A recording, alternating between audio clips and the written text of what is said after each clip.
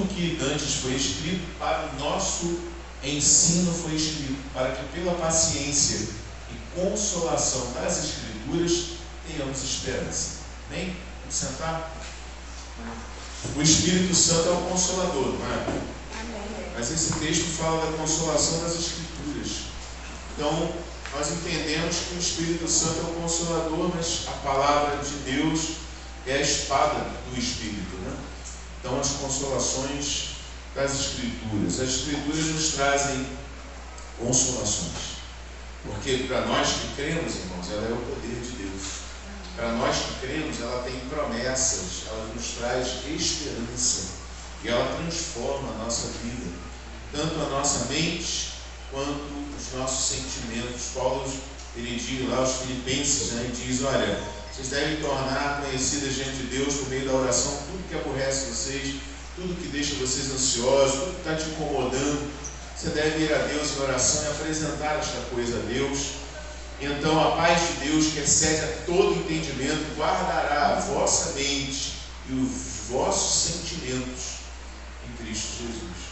Então a palavra de Deus, ela é plena, ela é viva, eficaz. Aleluia. Ela penetra na gente, ela transforma a nossa mente. Glória a Deus. Ela transforma a forma que a gente vê as coisas, a forma que a gente entende, ela transforma por completo. E tudo que foi escrito na antiga aliança foi escrito para nosso proveito. Foi escrito para que nós conhecêssemos, não apenas, irmão, conhecimento teórico, mas um conhecimento transformador. Conhecimento que não vai ficar só aqui na cabeça, vai descer no coração, vai transformar, vai modificar, vai mudar, vai agir de uma forma que nenhuma ciência nesse mundo, nenhuma ajuda humana pode mudar. Porque é um novo nascimento, a regeneração, a transformação. Nós precisamos entender isso. E tudo aquilo que foi escrito, eu vou pedir pegar aquela pilha para a gente. Tudo que foi escrito para nosso proveito. Então nada que está aqui registrado, está registrado por acaso, irmãos. Existe um propósito de Deus nas Escrituras. Cada palavra, cada exemplo, cada história, tudo que está escrito, foi escrito para a nossa edificação, proveito. Amém? Tudo que esses homens passaram. Mas por que a Bíblia está registrando isso? Existe um propósito. E ao contrário do que alguns pastores estão falando aí, a Bíblia não está determinando que vai ser assim. A Bíblia, muitas das vezes, ela registra atitudes das pessoas. Mas não quer dizer que essas pessoas, como estava conversando com as irmãs aqui, né? Então, algumas pessoas na Bíblia agiram de forma errada. Mas a Bíblia não está dizendo que tem que ser assim. A Bíblia também diz pessoas que agiram de forma correta. Entende? Então, nós precisamos tomar cuidado com os pregadores, né? A gente está num momento, irmão, muito doido da igreja, da história. E muitos falsos profetas têm se levantado, eles têm pregado heresias. O problema é que eles usam a Bíblia. Na década de 70, 80, até início da década de 90, a preocupação era com o islamismo, o budismo.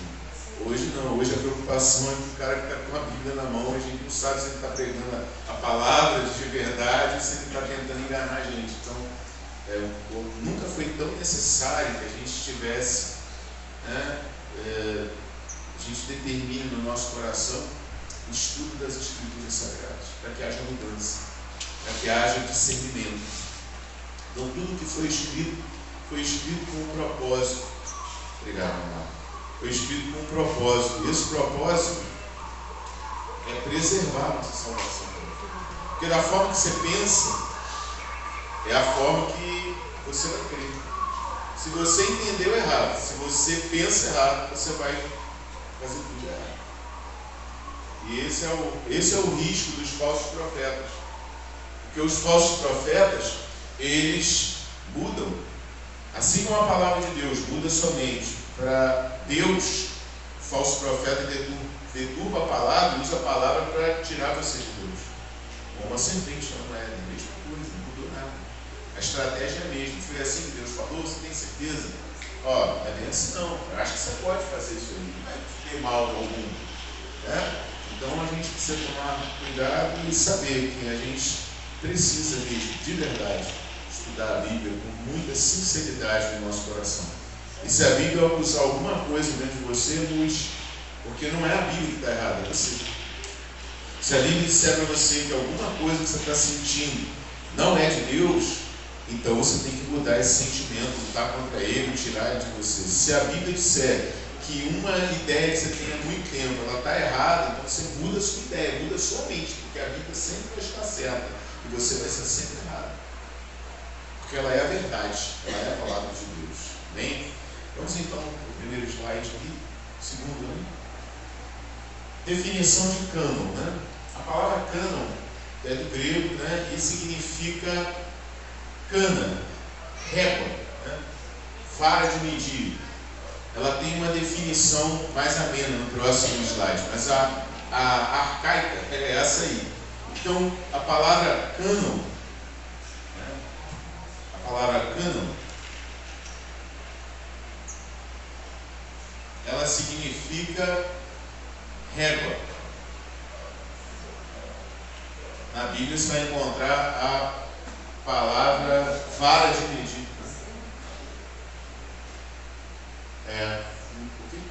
Não, é cânon mesmo. Ah, tá bom. Deixa eu ver aqui. Lembrei até daquela marca de filme antigo, a marca do Kodak. Portuguesado aqui. Então, é régua, né? Na Bíblia você vai encontrar aquela questão de vara de medir. Por quê? O que tem a ver isso com a Bíblia? Nós temos um conjunto de livros que são canônicos. O que é isso? São retos, são direitos, ok? São considerados os corretos. Por quê? No início da igreja, irmãos, não havia uma definição de quais livros eram, pelo menos do Novo Testamento. Quais livros eram, né? Os que haviam sido inspirados por Deus e aqueles que não eram. Então tinha um problema.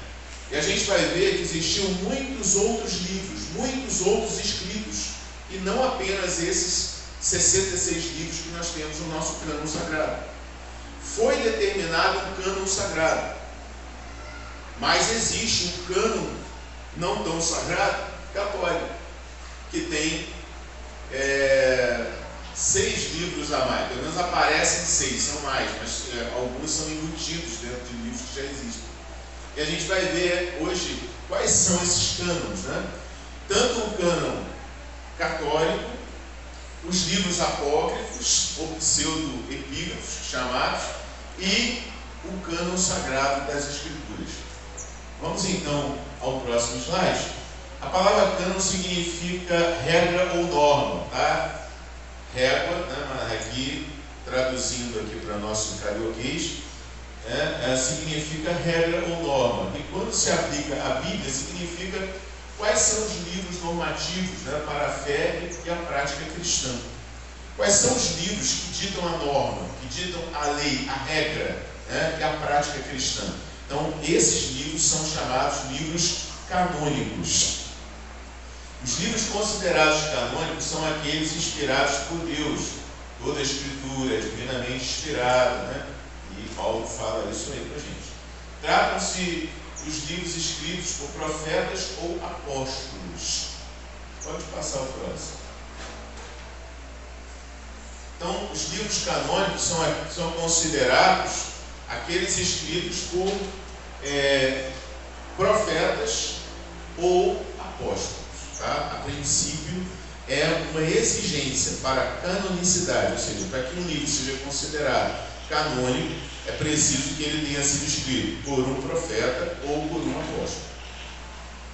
Os evangélicos defendem, né, que o cânon, a coleção normativa das Sagradas Escrituras, que estava completo por volta do primeiro século, já fechado. Isso é, que nos 66 livros da Bíblia possuímos tudo o que Deus quis nos revelar acerca das épocas do Antigo e do Novo Testamento. Além disso, sustentamos que Deus jamais quis acrescentar outros livros à Bíblia. Então, nós cristãos evangélicos acreditamos que Deus não vai mais levantar ninguém para escrever normas, regras, leis para reger a nossa vida. Tudo que Deus quis comunicar para nós está já fechado, já está acabado. A Bíblia não está incompleta. Não necessitamos de uma revelação nova hoje. Não precisamos. Tudo que nós precisamos está nas Sagradas Escrituras. Está tudo aqui nas páginas da Palavra de Deus. Ok, queridos? Então, hoje nós temos, por exemplo, sacerdote católico querendo escrever um novo livro. Não tem base bíblica isso. Ele diz que a Bíblia está obsoleta, está ultrapassada, está envelhecida, está fora da época, então não serve mais. Mas o que nós encontramos na declaração da própria palavra de Deus é o contrário. Se alguém, ou mesmo um anjo, descer do céu e vos anunciar um outro evangelho, que não seja esse que já temos anunciado, seja ele anátema, maldito.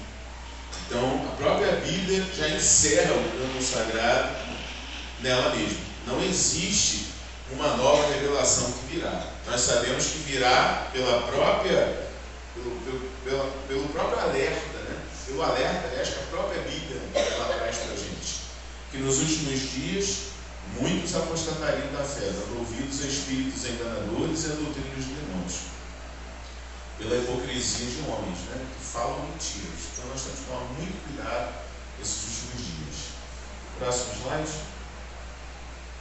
Então nós temos aí os 66 livros, né, normativos. Se puder não congelar, já passando direto os slides, eu agradeço. Efésios 2:20 diz assim: edificados sobre o fundamento dos apóstolos e dos profetas, que Jesus Cristo é a principal pedra de esquina, no qual todo edifício, bem ajustado, cresce para templo santo do Senhor, no qual também vós juntamente sois edificados para a morada de Deus em Espírito. Então, Paulo, ele diz, escrevendo aos Efésios, ele diz que nós somos edificados, nós quem? A igreja, sobre o fundamento dos apóstolos e dos profetas. Então, uma das exigências para a canonicidade seria a autoria do livro, que fosse o profeta ou apóstolo, ok? Pastor, Davi era profeta quando falava pelo Senhor, ele disse: o Espírito do Senhor falou pela minha boca. Isso é ação profética, então é considerado, tá? Próximo. 2 Pedro 3:15-17, entende por salvação a longanimidade de nosso Senhor, como também o nosso irmão amado, nosso amado irmão Paulo nos escreveu segundo a sabedoria que lhe foi dada, falando disso como em todas as suas epístolas, entre as quais há pontos difíceis de entender, que os indoutos e inconstantes torcem igualmente as outras escrituras para a sua própria perdição. Vós, portanto, amados, sabendo isso de antemão, guardai-vos de que, pelo engano dos homens abomináveis, sejais juntamente arrebatados e descaiais da vossa firmeza. A preocupação de Pedro era que Paulo escreveu com palavras difíceis, né, pela sua cultura lá, e algumas pessoas maliciosas estavam pegando suas palavras e distorcendo sentido. Então, isso poderia ocasionar o quê? Que eles descaíssem da firmeza. Porque a fé é uma firmeza, a fé é o firme fundamento. A fé, ela é a certeza. Onde entra a dúvida, sai a fé. Então nós não podemos duvidar, nós temos que ter a certeza. A arma que Satanás usou contra a humanidade ao tentar o primeiro casal foi qual? A dúvida. É assim que Deus disse, colocando a dúvida. Então nós precisamos ser firmes na nossa fé, não podemos duvidar, não podemos ter dúvida. A dúvida não é a fé, nós andamos por fé, o justo viverá da fé. Então eu preciso ter certeza, eu preciso ter firmeza. Para que essa firmeza seja realmente firmeza, eu tenho que conhecer a Deus. Eu não posso estar dentro da igreja sem conhecer a Deus. Eu não posso estar dentro da igreja e alguma dúvida existe no meu coração com relação à fidelidade das Escrituras ou à fidelidade de Deus.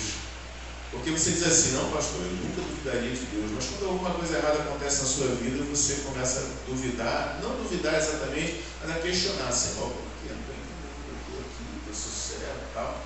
E aí a gente vai como Asaf, né, no Salmo 73, quase se resvalar os meus pés, porque eu olhava para o ímpio e nem dor de cabeça o cara tem. Nas palavras de Asaf, ele coloca ali, né, eles não têm nenhuma dor de cabeça. Eu estou aqui servindo o Senhor, está tudo errado na minha vida, está tudo acontecendo errado. Então, quando Jesus conta a parábola do semeador, ele diz que uma das sementes caiu no pedregais. E os pedregais não permitiam que aquela planta tivesse raízes que absorvessem água. Então, vindo o sol, queimou aquela planta e ela morreu. Ou seja, Jesus, depois explicando a parábola, diz: esse é aquele que recebe a palavra de Deus gostoso, ele recebe a palavra de Deus com alegria. Mas vindo as lutas, as tribulações, ele logo esmorece e morre. Então nós precisamos ter cuidado de analisar a Bíblia, de conhecer a Deus, de conhecer as Escrituras, de orar, porque Deus, irmãos, ele se revela, mas para que ele se revele é preciso uma resposta positiva da nossa parte. Ele diz na sua palavra: buscar-me-eis e me achareis. Quando? Quando me buscardes de todo o vosso coração. Então isso quer dizer que Deus não se revela para qualquer pessoa. Se eu não aplicar toda a minha força e energia para buscá-lo, eu não vou achá-lo. E tem muita gente dentro da igreja, irmão, que não conhece o Senhor. E nós precisamos entender que para que Deus se revele, para que eu conheça, Ele tem que se revelar para mim. E para Ele se revelar para mim, eu preciso empenhar toda a minha força, todo o meu vigor em buscar ao Senhor. Se você buscar o Senhor meia boca, se você buscar o Senhor assim, mais ou menos, se você buscar o Senhor com pouca vontade, eu vou. Você nunca vai conhecer o Senhor. Porque o Senhor não se dá a revelar a qualquer pessoa. Buscar-me-eis e me achareis quando me buscar de todo o vosso coração. Pastor, eu estou buscando muito a Deus. Busca mais, né? Está faltando um pedacinho. Pastor, eu estou buscando como nunca busquei. Então, busca mais do que você buscou toda a sua vida até agora.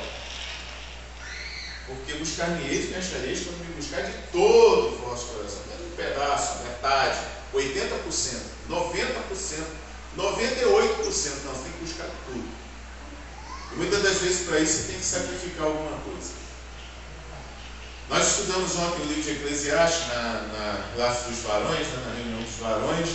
E Salomão, ele diz o seguinte: é melhor uma mão e você usufruir, uma mão cheia, e você usufruir dos bens. É que bem que ele está falando? Comer, beber e ficar, gozar das coisas boas da vida. Então ele diz o seguinte: é melhor uma mão cheia e você aproveitar a vida, do que as duas mãos cheias e você não poder aproveitar nada.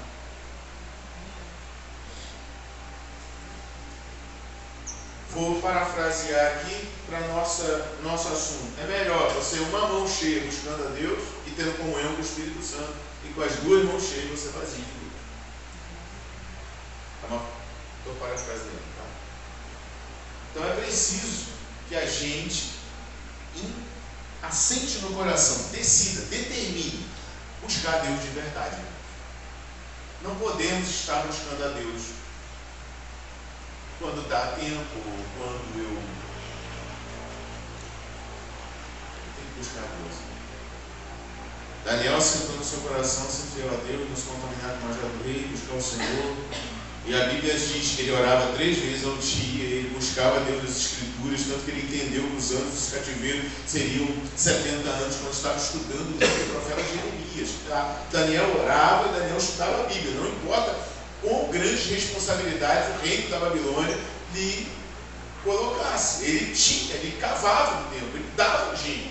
Nós não podemos, não existe a probabilidade do cristão viver no mundo, trabalhando, estudando, fazendo tudo e não buscar a Deus. Isso não cabe na mente do crente, do cristão. Nós precisamos, estou muito atarefado, mas eu vou arrumar um jeito de orar. Eu vou arrumar um jeito de buscar a Deus.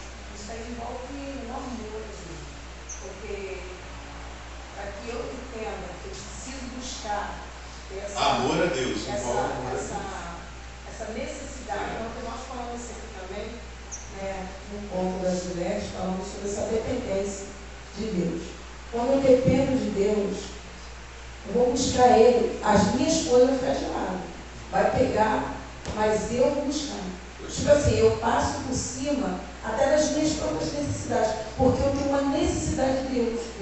Em tudo, nós estamos falando isso aqui, tudo na nossa vida. Eu vou perguntar ao Senhor, eu quero Deus. Então você tem essa dependência, você entende a voz do Espírito Santo. Quando Deus até te prova, até às vezes existem situações que o próprio Deus ele provoca, como eu estava estudando sobre Abraão, quando ele pede Isaac. Abraão prontamente entende. Deus pediu o que ele mais amava. Deus mandou que ele sacrificasse até o teu filho, o teu único filho. Aquilo que ele tinha, ele entendeu prontamente, uma obediência, né, um amor a Deus, a ponto de dar a sua própria vida. Então, quando eu vivo uma vida religiosa, eu vou cumprir um protocolo, quando dá. Quando der para mim, eu vou. Isso aí, meio. Quando der. Hoje não dá. Primeiro, então, tipo assim, quando eu tenho uma religiosidade, eu sei que eu tenho que ir, eu sei que eu tenho que tomar ceia, eu sei que eu tenho que ler a Bíblia, vamos trazer para o nosso lado. Mas quando der, agora não dá. Entendeu? Mas quando eu tenho fome e sede de Deus, filho, pega tudo. Peraí, para aqui, isso aqui vai ficar aqui. Primeiro eu vou buscar o meu Senhor. Eu entendo que eu tenho uma carência, eu estou desesperado. Eu amo. É igual a questão da carne. A carne, ela é apaixonada pelo pecado. Ela é inclinada ao pecado. É por isso que muitas pessoas não conseguem ter esse relacionamento. Por quê? O prazer dele está mais nas coisas carnais do que nas coisas espirituais. Então ele nunca vai entender.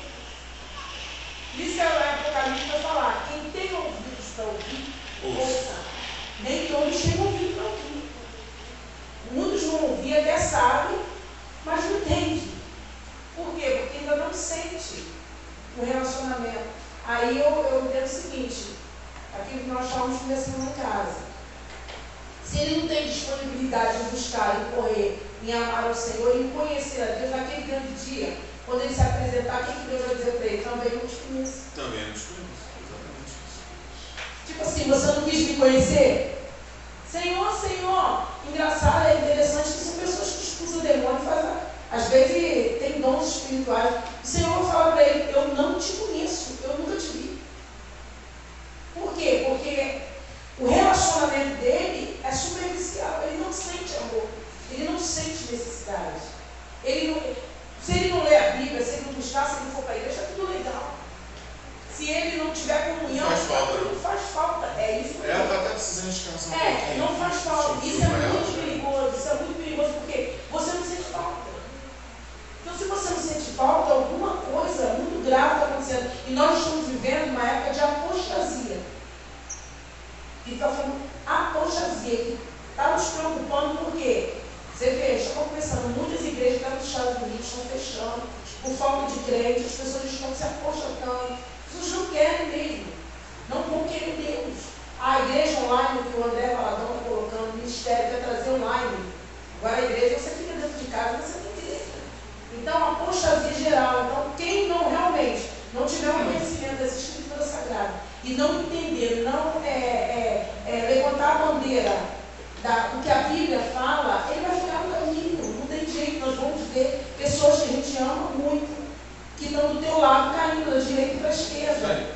E são pouquíssimos que vão chegar lá. E quem chegar lá vai chegar cheio de marca, porque vai ser perseguido, as pessoas vão odiar você, vão ser perseguidos. Então ele tem que estar disposto ao seguinte, é tempo de clamar, é tempo Estava falando que você tem que chorar, de clamar. Estamos vivendo um tempo de apostasia. É um tempo difícil. Não vai adiantar você Paulo falar. disse a Timóteo que seria um tempo difícil. Então, você que está em pé, cuidado de não cair e passa a buscar Deus. E a palavra diz: as pessoas hoje não buscam, querem buscar a Deus 100%, eles querem buscar 25%. Né? A Bíblia diz: buscar-me-eis e me achareis quando me buscar de todo o vosso coração. Então, todo significa 100%. Irmão, eu tenho que trabalhar, eu tenho que estudar, eu tenho que correr atrás, mas eu tenho que ter tempo para Deus. Que adianta o homem ganhar o mundo todo e perder algo? Não adianta. Eu preciso fazer tudo. Pastor, é muito difícil, estou cansado. Cara, dá outro jeito. Olha só, quando eu estava fazendo faculdade, o que acontece? 1h30 da manhã, a esposa está me ajudando. Porque eu chegava do trabalho, porque eu ia para a igreja, e depois eu chegava da igreja e ia estudar. Estava até 1h da manhã, 2h da manhã, para acordar às 4h, para poder ir voltar para o trabalho. É cansativo? É exaustivo, mas eu não posso deixar de buscar, eu não podia deixar de fazer. Então, muitas das vezes, nós criamos situações em que a gente diz assim: não é possível, não é possível, não dá para mim, não, eu estou muito ocupado, não, eu estou muito cansado, não, eu estou muito. Mas, cara, o que acontece? Você está trabalhando por uma coisa terrena, você está dando tudo de si por algo aqui. Então, mas se você morrer, a sua vida vazia de Deus, como que você faz? O que adianta tudo que você conquistou aqui na terra se você não tem o Senhor? Você está na igreja. Legal, parabéns. O diabo também está. Você crê em Deus. Nunca quer pegar o oitavo da pizza. Quer pegar sempre, né? Isso é uma coisa boa, né? Aí o camarada vai e vem comprar uma pizza e compra duas. Não. Uma para você, uma para mim. Não. Metade do que eu quero. Uma pizza é maravilhoso, né? Então, você vai lá e divide a pizza. O 100% é o todo, irmão. Mas se você busca Deus apenas 25%, você dá um tempinho, você dá um tempinho, você dá uma atençãozinha a Deus. Entende? Não vou nem colocar tempo, porque tempo realmente é curto, mas você, tudo que está em você, toda a sua força, que você pode fazer, entende? A Bíblia não diz assim: buscar-me-eis e me achareis quando buscar às 24 horas. Não. Quando você buscar todo dia, o dia inteiro, você vai... Não é isso que a Bíblia está falando. A Bíblia está falando o seguinte: buscar-me-eis e me achareis quando buscar de todo o vosso coração, de toda a vossa força, de todo o vosso entendimento. Então, enquanto houver em mim força, tudo que eu puder aplicar, eu vou buscar o Senhor. Então eu não posso aplicar 25% da minha força, eu tenho que aplicar 100%. O que é 100%? Ó, 25% é esse quadradinho aqui, é 1/4, né? Se eu aplicar mais 25%, eu tenho 50%. 75%, 100%.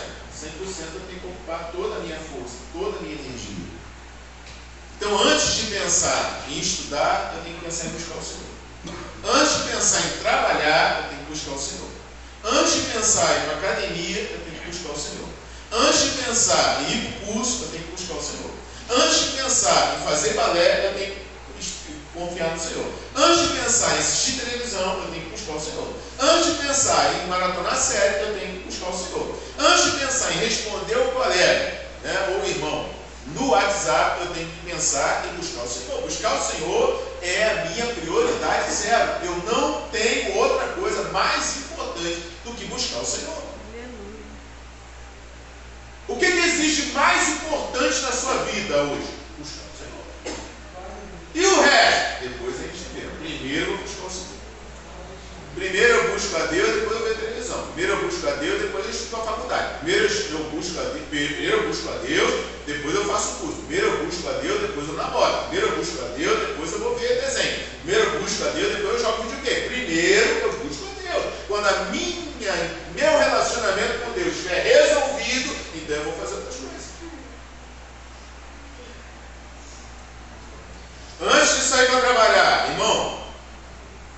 15, 20, meia hora, você vai dedicar a Deus. Você vai ler a Bíblia, você vai orar, você vai resolver a tua vida com Deus antes de você cruzar a porta da tua casa para fora. Antes de você sair de casa, você tem que estar resolvido com Deus. Antes de você tomar o teu café, você tem que resolver a tua vida com Deus. Por quê, pai? Porque a primeira prioridade, o primeiro valor é Deus. Tem que ser de todo o teu coração, de todo o teu entendimento, de toda a tua força. Tem que ser o Senhor, 100%. O resto, irmão, depois a gente vê. Mas primeiro é o Senhor. E se não buscar desse jeito, Deus não vai se revelar para você. Eu preciso. Nós precisamos.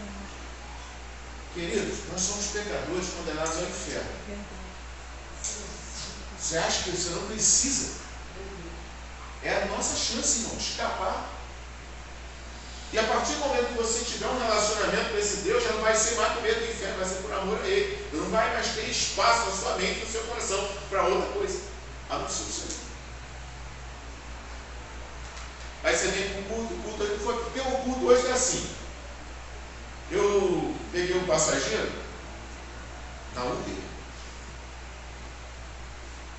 Falou comigo assim, um cristão. Eu estava indo numa igreja tal, mas não estava me servindo bem, não. Estava gostando, fui com a outra, estava me servindo melhor. Agora, o cristão, ele procura uma igreja que o sirva. Olha como estão invertidos os valores. Não é mais o cristão que serve a igreja. Não é mais o cristão que serve. Ele é servido. Não, eu achei que o louvor não estava bom na minha igreja, começou a cair o padrão. Já busquei outra que o louvor estava melhor. O pastor também começou a falar umas coisas que me agradou, já fui para outra. Quer dizer, a pessoa está procurando uma casa de show. Um lugar onde ele possa sentar e assistir uma boa apresentação musical, onde o pastor seja engraçado, ou fale alguma coisa boa que alimente sua motivação. Então, meu irmão, nós estamos vivendo um evangelho de mentira, porque o evangelho diz que nós viemos para... O próprio Senhor Jesus disse, eu não vim para ser servido, eu vim para servir. Aquele que quiser vir para mim, tome sua cruz, siga. Quer dizer, esse evangelho de Jesus parece que não existe na cabeça de alguns cristãos. Mas a verdade é que eu não posso estar procurando um lugar para me servir. Está entendendo a história, a mente da pessoa? Eu vou para a igreja, se eu gostar do louvor, se eu gostar da palavra, aí se me agradar, eu fico. Se não, eu vou procurar um lugar que me sirva melhor. Olha como estão invertidos os valores. Antigamente a gente buscava uma igreja que estivesse necessitando de ajuda, que pudesse ser útil, que pudesse fazer alguma coisa. Acho que não, o Senhor, ele dá essa disponibilidade de pregar, de ser que o pastor Subirá falou. Ver como ele não é um tipo de cristão que ele é egoísta. Ele fica lá e ele não fala nada. O cristão ele dá fruto. Eu tenho que fazer alguma coisa para Deus. Eu não posso ser esse evangelho que eu sento aqui, eu não faço nada. Eu não sinto a vontade de fazer nada. E eu quero ser servido. Ele estava pregando justamente falando isso. Quer medir o cristão seriano a Deus? O jeito que ele trabalha, como ele trabalha, você tem disposição em trabalhar com ele. Porque nós fomos chamados para servir, para sofrer e pagar o preço. Você, às vezes, Deus vai te colocar num lugar que você não quer estar. Porque aquilo dali está te doendo, você sofrendo, chorando. Você foi chamado para servir. Você foi chamado para pagar o preço que Jesus pagou. Jesus, ele pregava, ele fazia a obra. Às vezes ele não tinha onde reclinar a cabeça, ele não tinha nem o que comer. Mas ele ficava ali, ó. Deus ele falou isso, olha, não nega. Quando eu estava falando, não nega. Eu estava lendo essa passagem de Abraão. Você não me negou. Deus ele não aceita o nosso não como resposta. Senhor, agora eu não quero, agora eu não posso. Você negar a Deus, negar para Deus, negar. Deus está te chamando para fazer a obra, pagar o preço, você nega. Você diz, agora eu não posso, agora eu não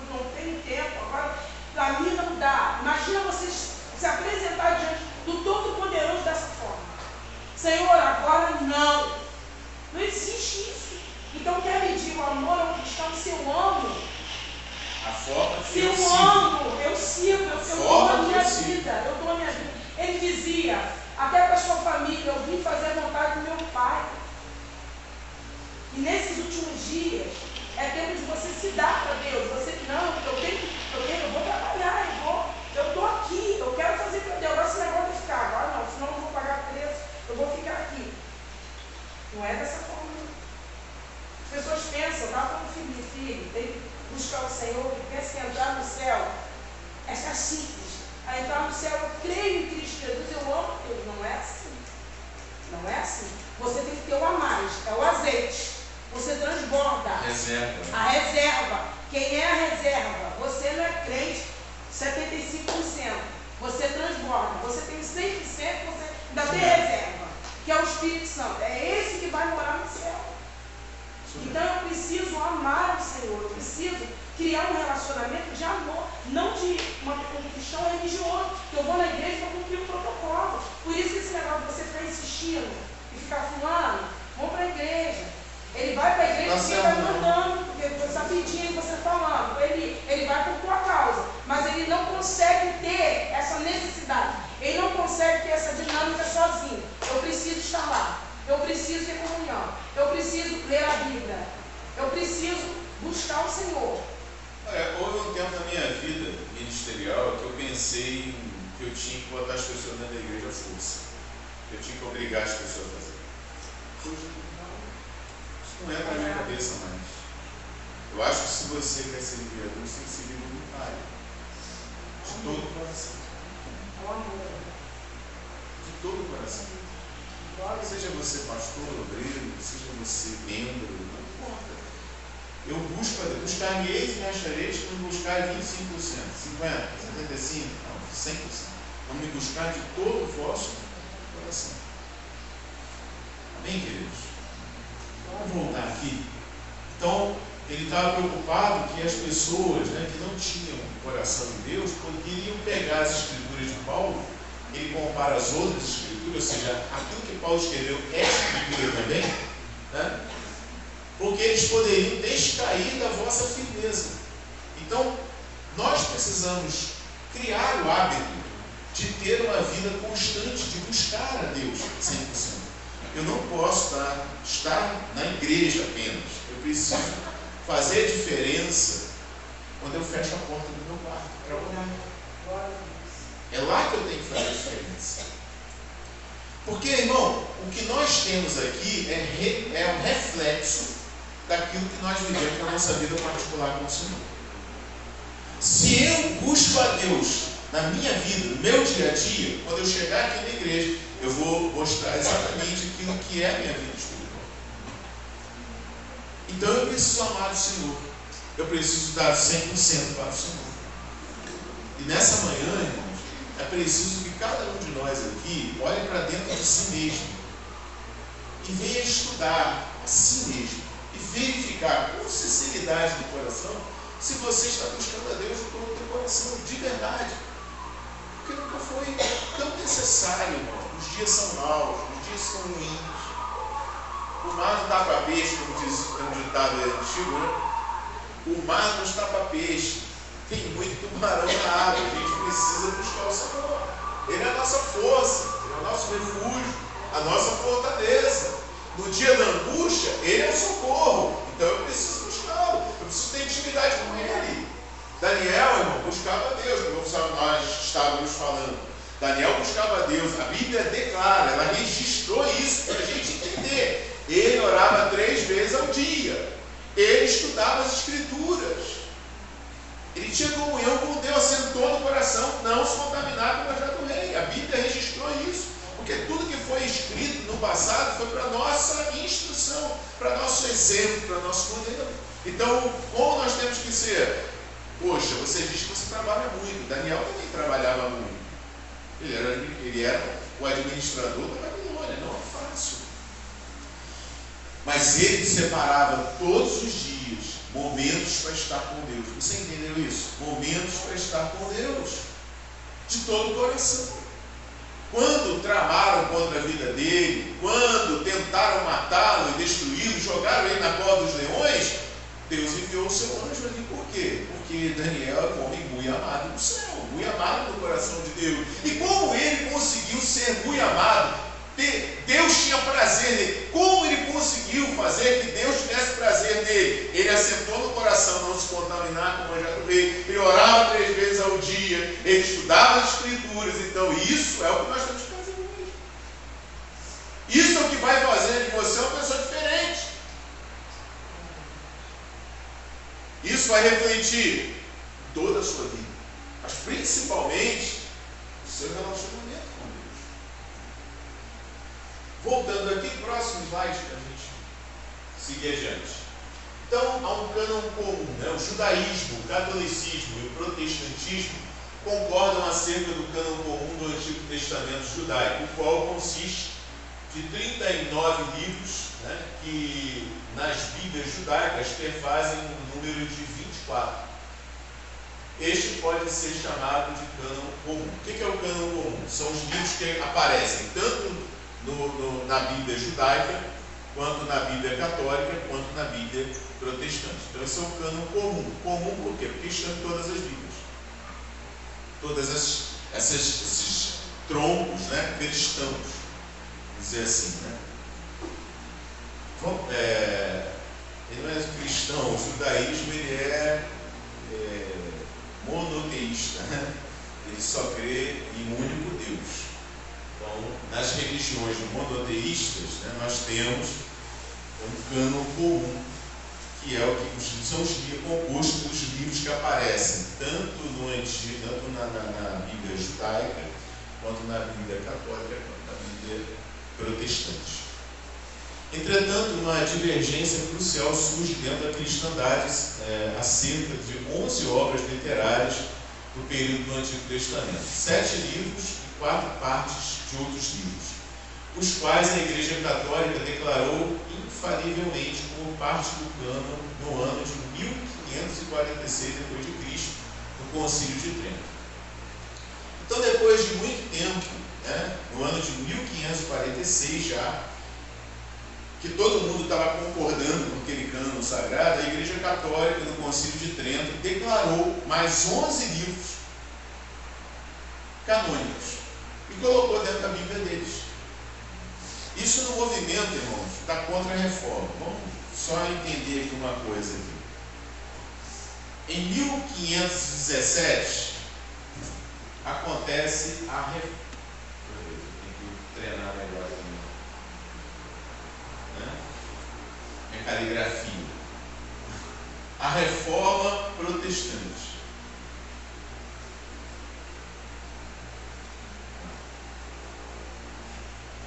Nesse ano, Martinho Lutero, que era um monge alemão, ele começa a questionar algumas atitudes da igreja. Ele não é exatamente um cristão ortodoxo aqui, mas ele está começando a questionar algumas atividades, algumas falas, algumas determinações.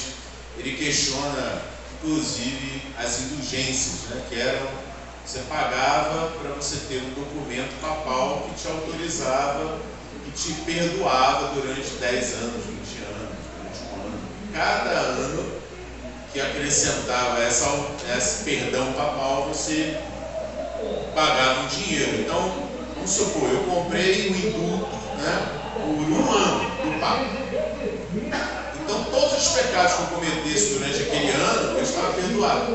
Então, eu podia largar o aço do pecado aí, que está tudo certo, o Papa me perdoou. Então, Martinho Lutero começa a questionar esse absurdo. E ele entende que o Papa não está sabendo que os pregadores estão pregando, estão divulgando as indulgências. Ele acha, não, eu vou combater, eu vou botar aqui, né, as minhas teses, 95 teses. Ele cravou, né, ele pregou ali na porta do castelo, né, de Wittenberg. Por quê? Isso era costume. Quando você queria debater sobre um tema, um filósofo, um monge, um pensador, ele ia lá e era tipo um quadro de aviso para debate. Ele chegava e botava ali. Então, nesse dia, 31 de outubro de 1917, Martim Lutero foi e fechou as 95 teses lá e começou a questionar essas coisas. Ele dizia, não, isso não está certo. Só que ele não sabia que isso tinha partido do Papa. Era ele que tinha dado a ordem. Então começa aí um sistema, né, de protestar. Né? Por isso, reforma protestante. E aí tem toda a história, né? Não só Martim Lutero na Alemanha, né? Também outros reformadores surgiram, Calvino em Genebra, né? Zwinglio na Suíça, e por aí vai. John Knox, são homens que no mundo todo começaram a questionar essas ações. Em contra-reforma, aí a Igreja Católica começa o movimento de contra-reforma. O que é isso? E começa a tomar iniciativas para combater o protesto, para combater essa reforma, porque a Igreja bate o pé e diz, não, está certo, é isso mesmo, e eu não aceito que ninguém se levante contra a minha autoridade. Porque a Igreja, na verdade, o mundo todo entendia assim, né? Que o povo, ele é soberano na política, mas a Igreja é soberana nos assuntos do céu. Então, ele começou a entender assim, então a Igreja tinha o poder e acabou. Eu não aceito que ninguém combata o meu ensinamento, que proteste contra o meu ensinamento, e eles começaram um movimento chamado de contra-reforma. Depois que esse movimento de contra-reforma inicia-se, eu não me lembro a data exata, em 1946, você vê que já tinha um tempo já do movimento da reforma, a Igreja Católica coloca no seu cânon mais 11 obras literárias, sendo 7 livros e 4 partes. Né? Eles acrescentam a livros que já estavam canonizados, acrescentam um conteúdo. Né? Esther, por exemplo, no nosso livro, nosso cânon protestante, vai até o capítulo 10, versículo 3. O deles vai, versículo, aí continua, versículo 4, 5, até o versículo, eu não me lembro bem agora, vou colocar ali. Tem outros versículos, então seria um conteúdo maior que não está, então ele não aparece como um livro destacado, não aparece como um acréscimo. Entendeu? No livro de Daniel, por exemplo, tem mais 2 capítulos inteiros, né, como que fosse parte do livro de Daniel, só que não é. Então a gente vai ter essa divergência a partir desse ano de 1546. A Igreja Católica coloca aí mais 11 obras literárias, né, na Bíblia deles. Estes livros são conhecidos pelos protestantes como apócrifos e pelos católicos como livros deuterocanônicos, ou seja, o segundo cânon.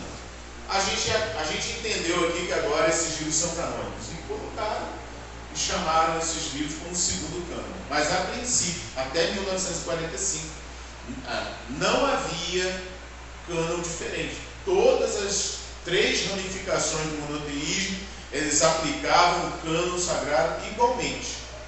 Só que em 1946 a Igreja Católica acrescentou livros ao Antigo Testamento. Pode passar, por favor. Depois de listar os livros, inclusive os 11 livros apócrifos, o Concílio de Trento, que é um concílio católico, né, declarou: se alguém, entretanto, não aceitar os referidos livros como sagrados e canônicos por inteiro e com todas as suas partes, e se de forma consciente, deliberada, esta pessoa condenar a tradição supramencionada, que seja anátema, eternamente amaldiçoado. Aqui é a referência do hoje. Então, o que acontece? Agora, a partir de agora, nós lançamos esses livros aqui como canônicos, e quem não aceitar é anátema. Quer dizer, empurraram com ela dentro, né, pela autoridade deles, e ficou. Inclusive, eu tenho um exemplar da igreja, da Bíblia de Jerusalém, uma Bíblia católica, e tem todos esses acréscimos. Pode passar, por favor. Desde a época da Reforma, um sério debate sobre a coleção de livros conhecidos como apócrifos, né, pertenceram ou não à Bíblia. Os judeus e os protestantes unicamente os consideram como não canônicos, e os católicos romanos os declaram canônicos a partir do Concílio de Trento. Então nós tivemos uma divisão aí: católicos e cristãos, protestantes e judeus mantêm o cânon como era, e o catolicismo acrescentou alguns livros ao seu cânon a partir de 1546 do Concílio de Trento. Pode passar? Então nós temos aqui, ó, a Sabedoria de Salomão, é o livro da sabedoria, né? Aparece assim na Bíblia americana. Eclesiástico, Siracida, Tobias, Judite, primeiro Esdras, na Bíblia deles lá é terceiro Esdras. Nós temos Esdras. Eles têm primeiro e segundo, terceiro Esdras. Primeiro Macabeus, segundo Macabeus, Baruque. São livros que não estão na Bíblia judaica nem na Bíblia protestante evangélica, mas estão na igreja, uma parte delas estão na Bíblia católica, não todos. Pode passar. A carta de Jeremias parece com Baruque, capítulo 6, segundo Esdras, quarto Esdras. Acréscimos a Esther, nós temos, na Bíblia vai até o capítulo 3, na Bíblia católica continua no capítulo 4 até o 16 e 24. Vou conferir isso com vocês. Oração de Azarias aparece em Daniel, com acréscimo, está vendo? Cântico dos 3 jovens da fornalha de fogo. Susana está em Daniel capítulo 13. Bel e o dragão aparece como Daniel capítulo 14. Oração de Manassés são acréscimos, né? Então, olha quantas obras existiam e não estavam no cânon sagrado e que estavam ali para ser decidido. Olha, que a gente olha para a Bíblia hoje e a gente entende que a Bíblia sempre foi esses livros. Mas houve um momento da história da igreja em que não se sabiam quais eram os livros que eram canônicos, que eram sagrados, que eram inspirados pelo Espírito Santo ou não. Então foram feitos concílios, foram feitas reuniões, foram feitos debates, estudos, se estabeleceram critérios para que os livros pudessem ser aceitos. A gente viu um critério, que seja escrito por um profeta ou por um apóstolo. Mas existiam outros critérios também. Tá? O que a gente está vendo aí agora são os livros apócrifos, né? Livros que não são considerados nem pelo judaísmo e nem pela igreja protestante. Somente o catolicismo reconhece esses livros. Próximo. Apesar do cânon católico romano possuir 11 livros a mais que a Bíblia protestante, somente 7 livros a mais ficam aparentes no índice das Bíblias católicas, fazendo um total de 46 livros do Antigo Testamento. Nosso Antigo Testamento tem quantos livros? 39. A Bíblia Católica tem 46. Porque tem 7 livros a mais. E 4 acréscimos, né? Que a gente vai ver aqui. Então, quais são os livros que aparecem? Tobias. Na sua Bíblia protestante não tem o livro de Tobias, mas na Católica tem. Judite. 1º e 2º Macabeus. Sabedoria. Eclesiástico, a gente tem o livro de Eclesiastes. Na Bíblia Católica tem Eclesiastes e tem o Eclesiástico. E o livro de Baruque. Né? Então nós temos aí 7 livros a mais. Então no Antigo Testamento Católico tem 46 livros e não 39. Próximo. E 4 obras literárias são acréscimos. O acréscimo a Esther, que vai do capítulo 4 em diante. Capítulo 10, versículo 4. Nosso capítulo 10 de Esther tem 3 versículos. A da Bíblia Católica ela continua 4, 5, 6, 7, até o 16. Não me falha mesmo. A oração de Azarias, inserida em Daniel capítulo 3, versículo 23 e 24. E são 2 versículos acréscimos que não estão na Bíblia protestante nem na Bíblia judaica, do Antigo Testamento hebraico. o que estende o livro de Daniel para Daniel 3, 24 a 90. Nossa, são 2 versículos, 90, não 90. Nas Bíblias católicas romanas. Susana, que é colocada no final do 12º capítulo de Daniel, nas versões judaico-protestantes, como capítulo 13. E Bel e o Dragão, que é o capítulo 14. Então, na sua Bíblia, o livro de Daniel tem 12 capítulos. Na Bíblia católica, tem o capítulo 13, que é Susana, e o capítulo 14, que é Bel e o Dragão. Entende? Então, são os acréscimos à Bíblia católica, que não são considerados canônicos, não são considerados sagrados, né? Nem pelos judeus, nem pelos cristãos protestantes. Próximo. A lista de apócrifos no Novo Testamento. Então, no Novo Testamento também havia uma série de livros que se dizia ser inspirado por Deus. Na verdade, ninguém sabia nada. Eles começaram a... E aí os critérios começaram a se formar. Não, tem que ser apóstolo, tem que ter andado com o Cordeiro, ter recebido a revelação diretamente do Cordeiro, tem que ser um apóstolo do Cordeiro. Paulo não foi um dos 12, mas ele teve a revelação do Senhor ali na estrada de Damasco. O Senhor o chamou, o Senhor deu para ele. Enfim, ele é tido como um apóstolo também. Lucas também não era apóstolo, mas o apanhado que ele fez, né, de um trabalho de junção de informações, ele é considerado canônico. Tá? Então existiam outros critérios também. Então, as epístolas, os livros apócrifos do Novo Testamento: Epístola do Pseudo Barnabé, Epístola aos Coríntios, tá? Uma falsa epístola, Evangelho de acordo com os Hebreus, Epístola de Policarpo aos Filipenses, o Didaquê, ou Ensino dos 12 Apóstolos, as 7 epístolas de Inácio, 2ª Epístola de Clemente, Pastor de Hermas, o Apocalipse de Pedro. Dizem que Pedro teria escrito o Apocalipse, não só João. O nosso é o Apocalipse de João, deles é o Apocalipse de Pedro. A Epístola aos Laodicenses, né? Século IV, ali, uma interrogação. Próximo. Então, volta aí, por favor. Então, nós temos essas obras aqui como livros que aparecem no período do Novo Testamento, mas não são considerados livros canônicos, livros inspirados pelo Espírito Santo, e são considerados livros que contêm o conteúdo deles é herege, tá? Não é inspirado pelo Espírito. Pode passar. Então, o cânon bíblico. Então, pastor, qual é o cânon bíblico aceito, né, pela igreja cristã protestante? São esses que nós vamos ver agora. Você tem na sua Bíblia aí. Se você quiser abrir a sua Bíblia no índice aí, você vai ler. Então são 5 livros: o Pentateuco, Gênesis, Êxodo, Levítico, Números, Deuteronômio. Os livros históricos, não estou enxergando nada ali, ficou muito claro. Então 12 livros, a partir do livro de Juízes, Josué, né, Ruth, por aí vai.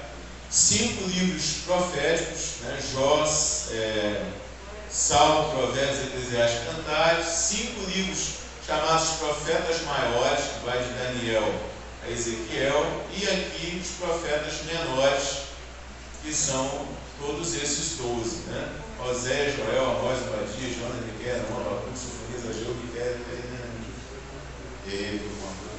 você se dá em consideração.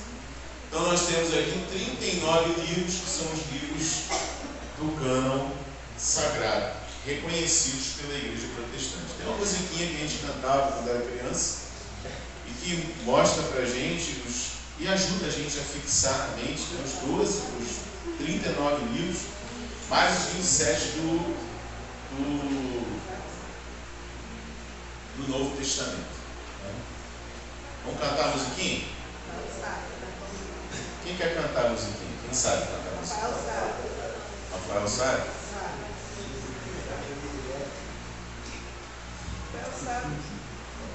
Vamos cantar? Gênesis, Êxodo, Levítico, Números, Deuteronômio, Josué, Juízes, Ruth, Samuel, Reis, crônicas, Esdras, Neemias, Jó, Salmos, Provérbios, Eclesiastes, Cantares, Isaías, Jeremias e Lamentações, Ezequiel e Daniel, Oséias, Joel, Amós, Obadias, Jonas, Miqueias, Naum, Abacuque, Sofonias, Ageu, Zacarias, Malaquias, os 39 livros então do Velho Testamento aí estão. Então nós temos o cano sagrado do Antigo Testamento. Todo ele aí, muita gente mastigando mingau aí, mas se a gente continuar cantando, a gente consegue decorar os livros, né? Ontem meu tio mandou para mim, o pastor Jonas, mandou para mim um vídeo do cara que ele conta uma história. E na história que ele conta, ele fala todos os 66 livros da Bíblia, né? Eu achei interessante, mas é difícil decorar aquela história. Se você ouvir ela muitas vezes, eu achei a musiquinha mais fácil da gente decorar. Então, está aí o cânon sagrado do Antigo Testamento, os 39 livros que foram considerados pela igreja cristã primitiva livros sagrados, e até com todas as ramificações a partir de 1946, no Concílio de Trento, é que a Igreja Católica muda o conteúdo, acrescentando 11 obras literárias a mais, que aparecem na Bíblia Católica apenas como 7, que são 7 livros apócrifos que aparecem, e os outros 4 são acréscimos aos livros que já são canônicos, né? Por exemplo, Daniel na nossa Bíblia tem 12 capítulos, a Bíblia Católica tem 14, porque o capítulo 13 é o livro apócrifo de Susana, e o capítulo 14, o livro apócrifo de Bel e o Dragão. Então, são acréscimos. Então, você vai ver lá, Daniel, não tem nada, não tem sim, tem 2 capítulos a mais, que são obras apócrifas, não inspiradas pelo Espírito Santo. Próximo. E nós temos aí o cânon do Novo Testamento, né? Mateus, Marcos, Lucas, João, o livro histórico, o livro de Atos, só tem história. As cartas paulinas, né? Começa por Romanos até Timóteo. E Tito, Filemões. E as cartas gerais são 8, são as cartas que não tem, Hebreus não tem autor, mas aqui nós temos, né, primeira Tiago, nós temos 1º e 2º Pedro, 1º, 2º e 3º João, Júlio, tem autores declarados. O livro do Apocalipse foi revelado ao apóstolo João. Amém? Então tem a continuidade da musiquinha do Novo Testamento, que a gente vai cantar, e você vai decorar os 27 livros do Novo Testamento. Vamos lá? Mateus, Marcos, Lucas, João, Atos, Romanos, Coríntios, Gálatas, Efésios, Filipenses, Colossenses, Tessalonicenses, Timóteo, Tito, Filemão, Hebreus, Tiago, Pedro, João, Judas, Apocalipse, amém. Os 27 livros então do Novo Testamento aí estão. Não é mais fácil a musiquinha? Se a gente cantar mais vezes, a gente vai aprender. Tá? Aí você pega, pastor, eu não decorei. Você pega o índice da sua Bíblia, abre a Bíblia lá no índice. Abre a Bíblia lá no índice. Deixa eu abrir no índice. É isso. E essa Bíblia não tem índice. É a Bíblia de estudo indutivo, não vem com índice. Mas será que sou eu que não estou achando aqui? Tem que ter o índice. Não é possível a Bíblia de estudo ter índice.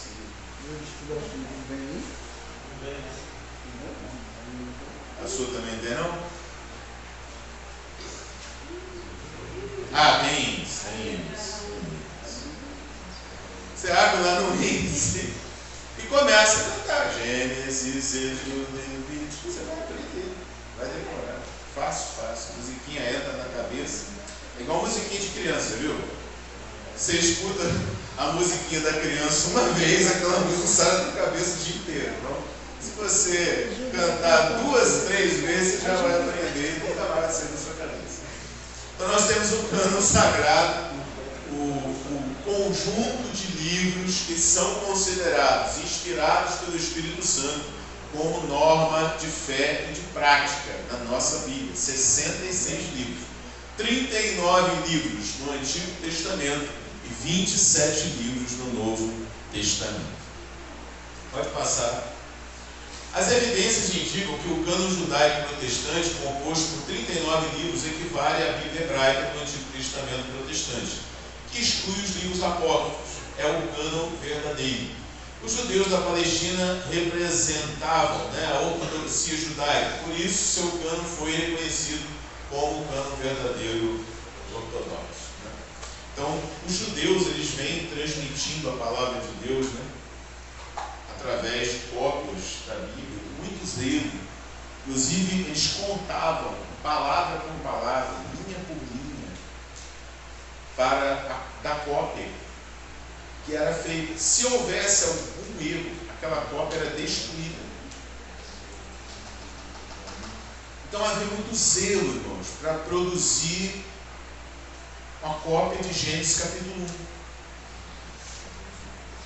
Gênesis capítulo 1 era copiado. Depois que a cópia era aprontada, contava-se as palavras, contavam-se as linhas, para reproduzir exatamente idêntico, igual à cópia original. Então havia um zelo muito grande, um zelo exagerado, porque Israel foi separado por Deus também para que o Messias viesse ao mundo no meio dele. Mas o propósito de Deus era também que as suas escrituras, fossem guardadas, reverenciadas. Isso está bem claro quando Deus escreve os 10 mandamentos em tábuas de pedra, para que fosse guardado dentro da arca. Deus está dizendo que um cuidado deve haver quando eu for cuidar ou tratar da lei, da palavra de Deus. Então os escribas, eles levavam isso muito a sério.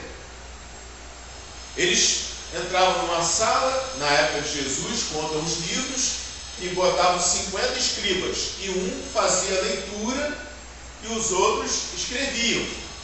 Mas depois que terminava esse trabalho, cópia por cópia, cada uma das 50 cópias era trazida e era averiguada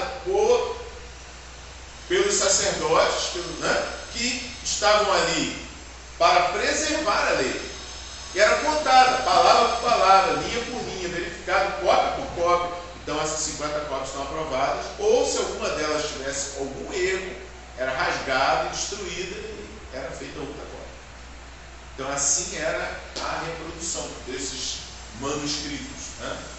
Nós vimos aí que o Novo Testamento ele contém, nós possuímos hoje no mundo aproximadamente 5.700 cópias do Novo Testamento, manuscritos. A Ilíada de Homero, que é uma obra secular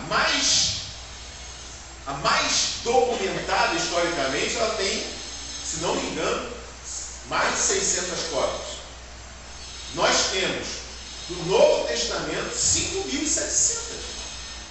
Então há muito mais credibilidade no Novo Testamento do que qualquer obra secular, filosófica, literária da antiguidade. Então, se eu tenho que acreditar que algum livro é verdadeiro, eu vou acreditar então na Bíblia. Amém?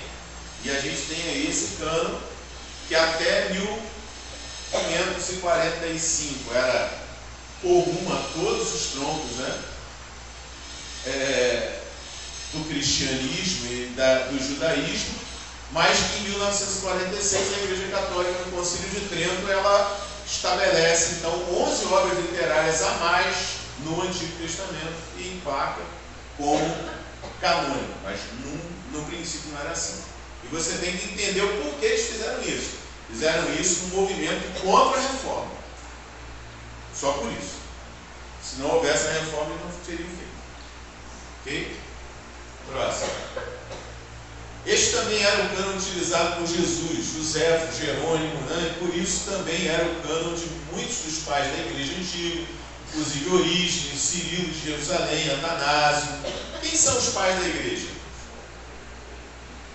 Quem são os chamados pais da igreja? Jesus deixou discípulos? Sim ou não? Os discípulos dos discípulos de Jesus eram os pais da igreja. Jesus, os 12, e os discípulos dos 12 são chamados de pais da igreja. São aqueles que receberam diretamente dos apóstolos os ensinamentos e passaram por adiante. Entende? Então são esses nomes aí, não são nomes bonitos para a nossa cultura de hoje, mas são nomes da época. Tá? Os argumentos em apoio ao cânon protestante podem ser divididos em duas categorias, a histórica e a doutrinária. Ok? Porque nós temos história e nós temos doutrina. Tá? Pode passar. Por exemplo, o livro de Atos é um livro histórico. Romanos, doutrinário, que ensina doutrina, princípios da doutrina cristã, salvação pela graça, justificação, santificação. Então, são livros que nos ensinam a doutrina. Já o livro de Atos não tem essa finalidade, tem a finalidade de registrar os primeiros acontecimentos da igreja cristã após a morte e ressurreição de Jesus Cristo e após a sua assunção ao céu. E aí começa lá em Jerusalém, os apóstolos, né, os discípulos orando no cenáculo, 120 aproximadamente, receberam ali quando foi o derramamento, né, do Espírito Santo sobre a igreja, e ali começou as atividades, né, os atos, quais foram as atitudes da igreja, o que eles fizeram, como aconteceu, está tudo registrado no livro de Atos. Okay? Também as primeiras viagens missionárias do apóstolo Paulo, tudo isso aí está registrado. Bom, o verdadeiro teste de canonicidade. O verdadeiro teste de canonicidade é a profeticidade. Ou seja, a profeticidade determina a canonicidade. Deus determinou quais livros seriam inclusos na Bíblia ao entregar a sua mensagem a um profeta. O Espírito do Senhor veio a mim. O Espírito do Senhor falou por minha boca. O Espírito do Senhor, entende? Então, o profeta era aquele que recebia sua mensagem diretamente de Deus. E Deus entregou essas pessoas. Vamos ler mais adiante para entendermos. Dessa forma, somente os livros escritos por um profeta ou um dos seus representantes autorizados por Deus são inspirados e fazem parte do cânon das Escrituras. Essa pessoa não era profeta, então descartam o escrito dele. Essa pessoa ele era profeta, então ele é considerado canônico. No Novo Testamento, é apóstolo? Não. Então, peraí. Ok? Próximo. Obviamente, mesmo Deus tendo determinado a canonicidade por meio da profeticidade, o povo de Deus tinha de descobrir quais destes livros eram mesmo proféticos. Tá? Então não foi assim uma obra simples, um trabalho simples. Eles teriam que se reunir agora, no início da igreja, e determinar quais livros seriam realmente inspirados pelo Espírito Santo, né? Mesmo tendo um profeta. Isto foi feito de forma imediata pelo povo de Deus a quem o profeta escrevia, e não séculos mais tarde por pessoas que não tivessem acesso a ele ou não tinham mais os meios de verificar as suas credenciais proféticas. Então, aquilo que o profeta falava deveria imediatamente ser aceito pelo povo de Deus ali como palavra inspirada pelo Espírito Santo. E não, séculos depois, alguém descobriu que aquele profeta era um profeta de Deus. Não foi assim. aquilo que o profeta falava deveria ser já aceito pelas pessoas que estavam ali no seu convívio, ou seja, deveriam ser contemporâneos, deveriam estar vivenciando ali a história ao lado desse profeta. Vamos verificar alguns textos, você vai entender. Por exemplo, os livros de Moisés foram aceitos imediatamente e guardados em lugar sagrado. Deuteronômio 31, 26 diz: tomai este livro da lei e ponde-o ao lado da arca da aliança do Senhor vosso Deus, para que ali esteja por testemunha contra ti. Então, os escritos de Moisés foram aceitos imediatamente pelo povo como palavra de Deus? Foram. Inclusive foram guardados dentro da arca. Não tinha como contestar que os escritos de Moisés não seriam escritos canônicos, ou inspirados, ou normativos. Ele recebia diretamente de Deus e falava ao povo. E o povo aceitava. Inclusive cópias foram feitas e colocadas dentro da arca. De modo semelhante, os livros de Josué foram imediatamente aceitos e preservados junto com a lei de Moisés. Josué 24, 26 diz: e Josué escreveu essas palavras no livro da lei de Deus e tomou uma grande pedra e o erigiu ali debaixo do carvalho que estava junto ao santuário do Senhor. Então isso foi feito, foi aceito imediatamente pelo povo a quem ele dirigia a palavra. Próximo. Samuel escreveu um livro e juntou a essa coleção. 1 Samuel 10, 25, para não ler os textos. Declarou Samuel ao povo o direito do rei e escreveu um livro e pô-lo perante o Senhor. Então despediu Samuel a todo o povo, cada um para a sua casa. Então os escritos de Samuel são considerados canônicos por esse motivo também, não só por isso. Isso é um dos critérios que havia. Existiam vários critérios. Tá? Próximo. Daniel já tinha uma cópia do profeta Jeremias, seu contemporâneo. Porque se você observar a história, Jerusalém é invadida, tomada por Nabucodonosor. O profeta Jeremias, ele fica em Jerusalém. O profeta Ezequiel e o profeta Daniel vão para o cativeiro babilônico. Mas eles eram da mesma época, eles eram contemporâneos. Tá? Então, no primeiro ano do seu reinado, eu, Daniel, entendi pelos livros que o número dos anos de que falava o Senhor ao profeta Jeremias, em que havia de cumprir-se as desolações de Jerusalém, era de 70 anos. Então, Daniel, estudando o livro do profeta Jeremias, que ele reconhece como escritura e como palavra de Deus, descobriu que os anos do cativeiro seriam 70 anos. Então, o que a gente entende aí? Daniel dá autoridade profética ao livro de Jeremias. Entende? Próximo. Sim, aqui Daniel capítulo 9, vamos ler o versículo 11 e o 13. Né? 11 e 13. Sim, todo Israel transgrediu a tua lei, desviando-se para não obedecer a sua voz. Por isso, a maldição e o juramento que estão escritos na lei de Moisés, ele coloca a autoridade sobre o livro de Moisés, servo de Deus, se derramaram sobre nós, porque pecamos contra ele. Próximo. O 13. Como está escrito na lei de Moisés, todo este mal nos sobreveio. Apesar disso, não suplicamos a face do Senhor nosso Deus, para nos convertermos das nossas iniquidades e para nos aplicarmos à tua verdade. Então Daniel coloca a luz ali sobre o livro de Moisés, declarando a autoridade profética de Moisés. Próximo. Paulo incentiva a igreja a fazer circular as suas epístolas inspiradas. Colossenses 4,16 diz: e quando esta epístola tiver sido lida entre vós, fazei que também o seja na igreja dos Laodicenses. E aqui veio a Laodiceia, lede-a a vós também. Então Paulo mandou duas cartas, né? Uma para a igreja de Colossos e outra para a igreja de Laodiceia. A de Colossos foi preservada. E ele diz: quando a de Colossos for lida, pega essa carta de Colossos e leia também Laodiceia. E a que eu mandei para Laodiceia, leia em Colossos. como uma forma de divulgação da doutrina.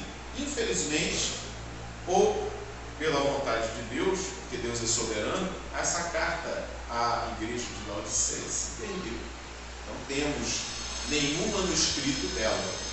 Okay? Não sei se no transporte, não sei se os laodicenses foram relaxados, porque quando Jesus escreve a igreja de Laodiceia, ele escreve uma igreja totalmente desviada da verdade e carnal. É uma igreja relaxada espiritualmente.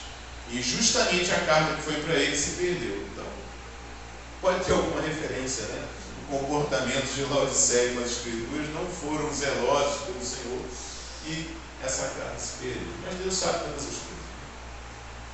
Mas o que acontece aqui? Paulo diz o seguinte: a carta que eu estou escrevendo a vocês deve ser divulgada em todas as igrejas. Não fique só com vocês. Isso é um ensinamento. Acredito eu que os cristãos deveriam fazer cópias, né? Manuscritos e mandar para outra, para a gente não perder. Porque o que adianta eu ler uma vez e mandar para outra igreja lá do outro lado? Eu vou mandar uma cópia para ele. Eu faria isso. Acredito que os irmãos também fizeram. Né? Laodiceia não fez, depois recebe a repreensão do Senhor no livro de Apocalipse e Deus ele não julgue, né? Próximo. Pedro tinha uma coleção de escritos de Paulo, a qual chamava de Escrituras, né? Em pé de igualdade com o Antigo Testamento. Aquele texto que a gente leu, que diz que Paulo, né, escreveu que a sabedoria que foi dada a ele escreveu com palavras difíceis e que os indultos pegavam e podia distorcer, enfim. Mas ele coloca o escrito de Paulo no mesmo pé de igualdade das outras escrituras. Ele fala outras escrituras. Entende? Assim como Jesus falou, o outro Consolador, alguém de igual importância, né? Então, as outras escrituras, ele quer dizer, escritura tanto quanto as do Antigo Testamento são os escritos de Paulo. Próximo.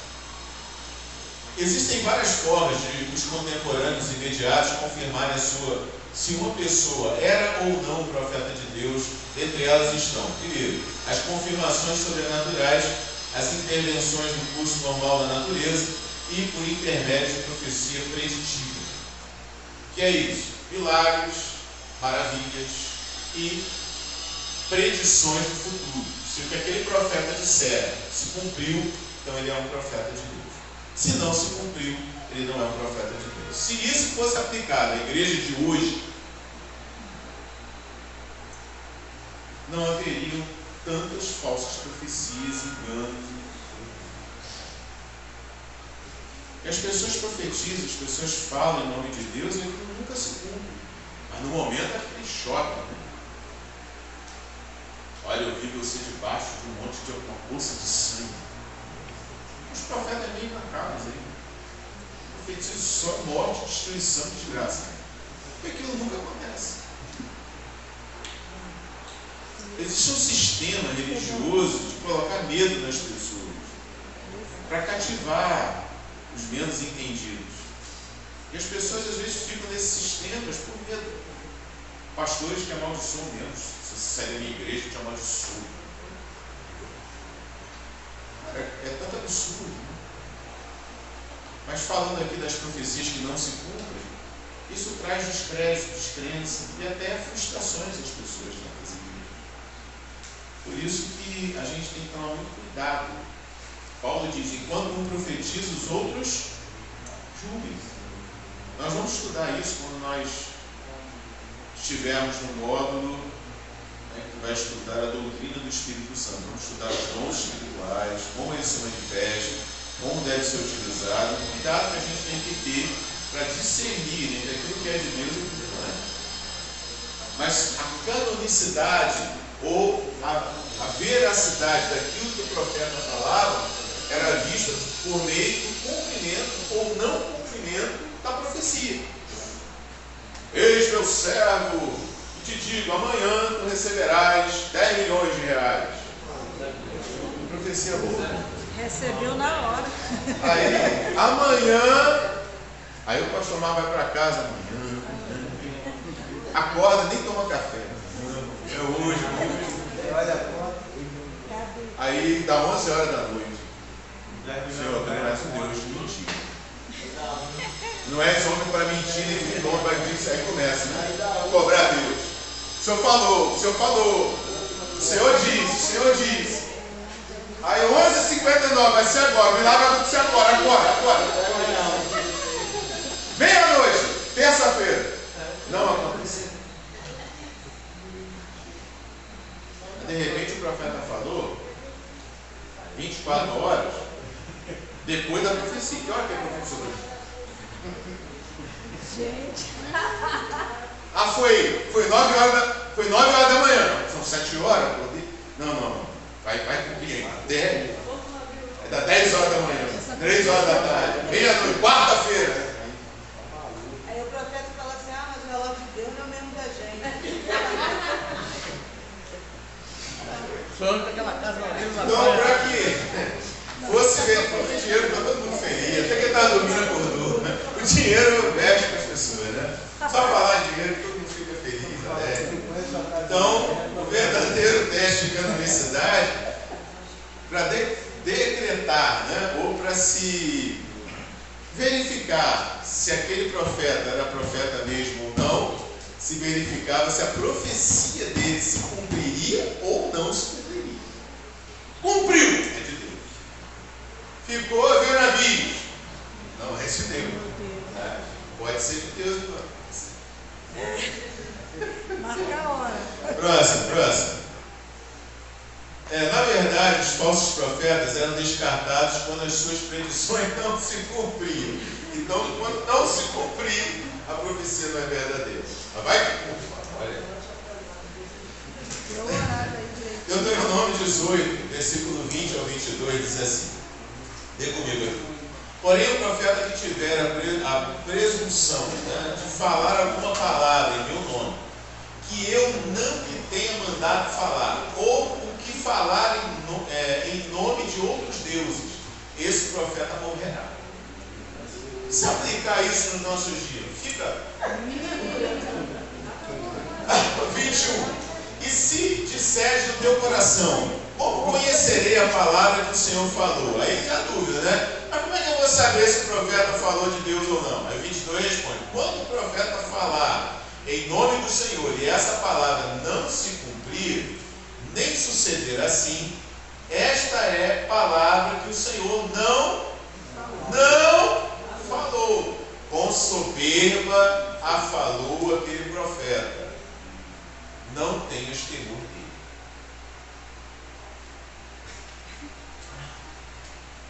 Se aplicar hoje isso aí, a pessoa pensar 2 vezes, não?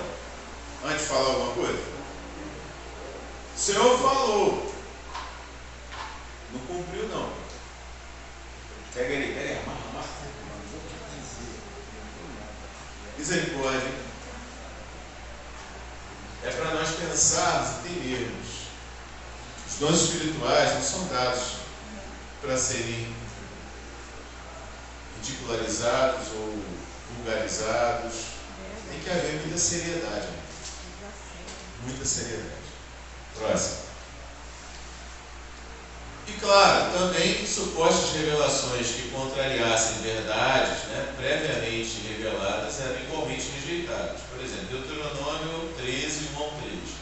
Quando o profeta ou sonhador de sonhos se levantar no meio de ti e te der um sinal ou prodígio, houve um sinal, prodígio, e suceder o tal sinal e prodígio de que te houver falado, dizendo: vamos após outros deuses que não conheceste e sirvamos, não ouvirás as palavras daquele profeta ou sonhador de sonhos, porquanto o Senhor vosso Deus vos prova, para saber se amais o Senhor vosso Deus com todo, 100%, com todo o vosso coração e com toda a vossa alma.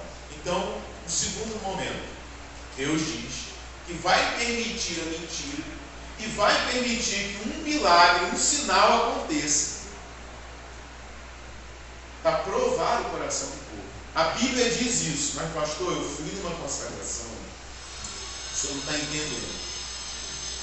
O profeta falou que naquele momento ia chover fogo do céu. Choveu, pastor.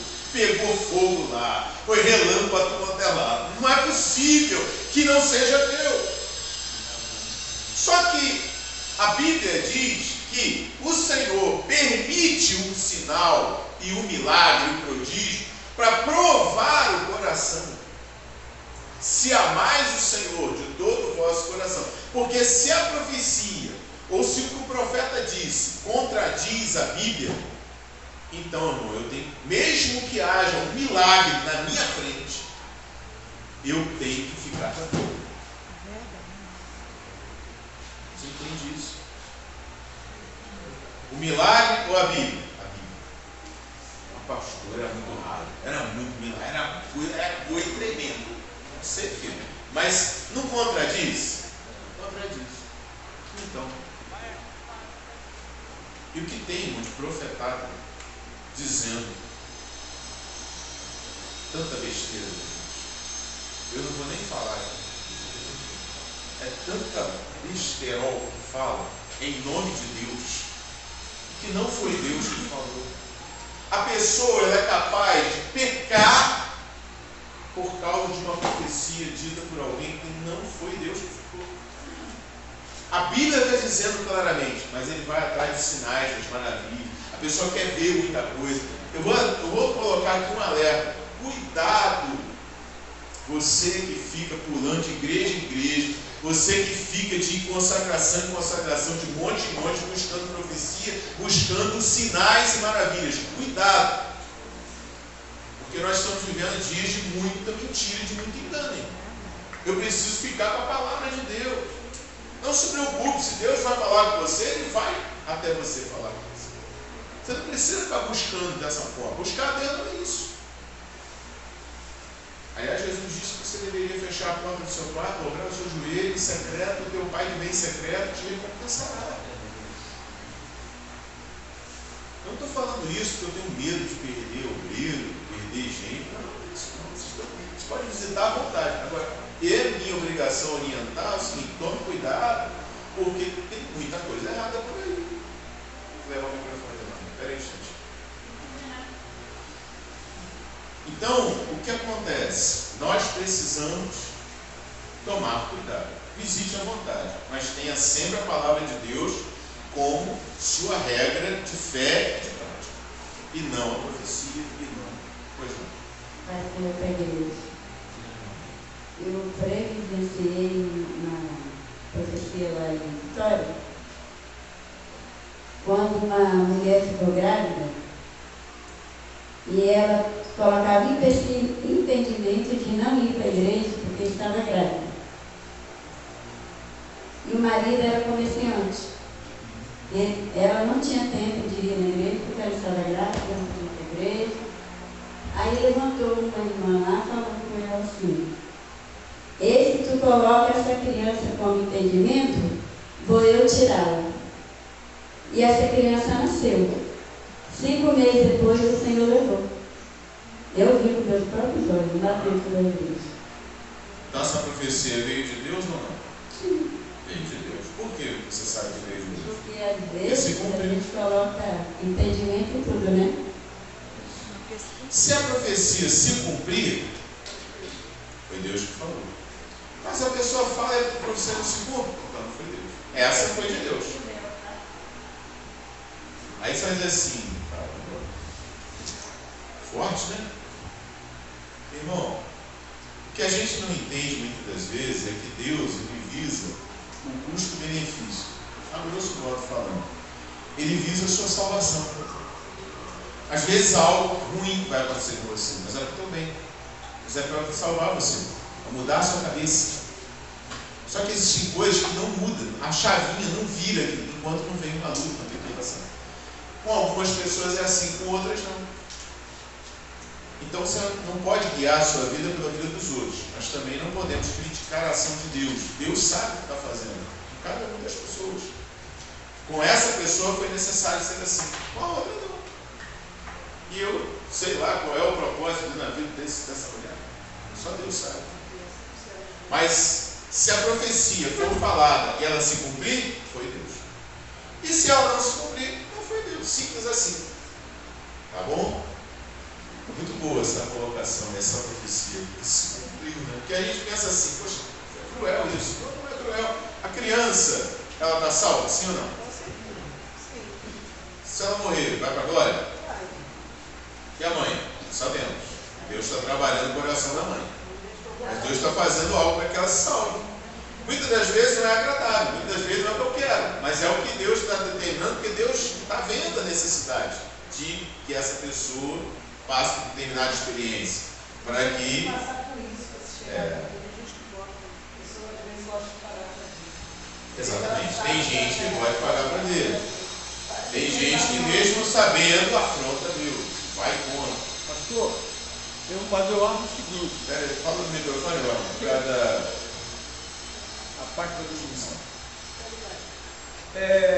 Eu conheço um amigo que fez uma igreja, não se falou da igreja, que ele falou que essa igreja inclusive passa de vários milagres. Aí quando ele obreiro nessa igreja. O bispo maior lá ia na igreja, aí falou, amanhã tem que ser milagre na igreja. Aí no dia anterior tinha um montão de gente de cadeira de roda, com moletas. Aí pessoal, esse pessoal que amanhã tudo vai levantar da cadeira e eles vão largar a moleta. Inclusive tinha uma obreira que andava de moleta, que foi também. Chegou lá, o prêmio milagre. No outro dia a obreira estava cobrando a moleta, não devolveram a moleta. Será que cobrou esse roubo de milagre? Para que ela queria a moleta? Para vender. Mas diz que um dia antes do bispo, não é bispo não. Apóstolo. Um dia antes já tinha um pessoal lá programado para se levantar das cadeiras e largar as moletas. Aí na hora do culto, a igreja cheia, lá, levanta, o cara largava a cadeira e saía andando. Mas já tudo programado. E pessoas. Programado já para acontecer. Inclusive, você acredita. Eu, quando não tenho aqueles problemas na terra, eu queria que eu fosse na igreja de Deus. Você vai lá que você vai ficar bom. Eu já tinha ouvido a história do outro, na igreja, eu falei, não, você vai lá, você vai ficar bom. E ele está corrigindo comigo, não está falando mais comigo. Não fala disso. Fala assim, eu sempre passava, depois vai falar, oi, fala. Aí já começou lá, ele é incrédulo, eu ia levar ele na minha igreja, ele ia ficar curado lá. Eu falei, amigo, se eu tiver que ficar curado, eu vou ficar curado, não é da sua igreja. Eu vou ficar curado porque Deus quer, ou Deus quiser. Eu não acredito que só vou ser curado na sua igreja. Essa questão de programar uma cura. Mas só que era programado lá.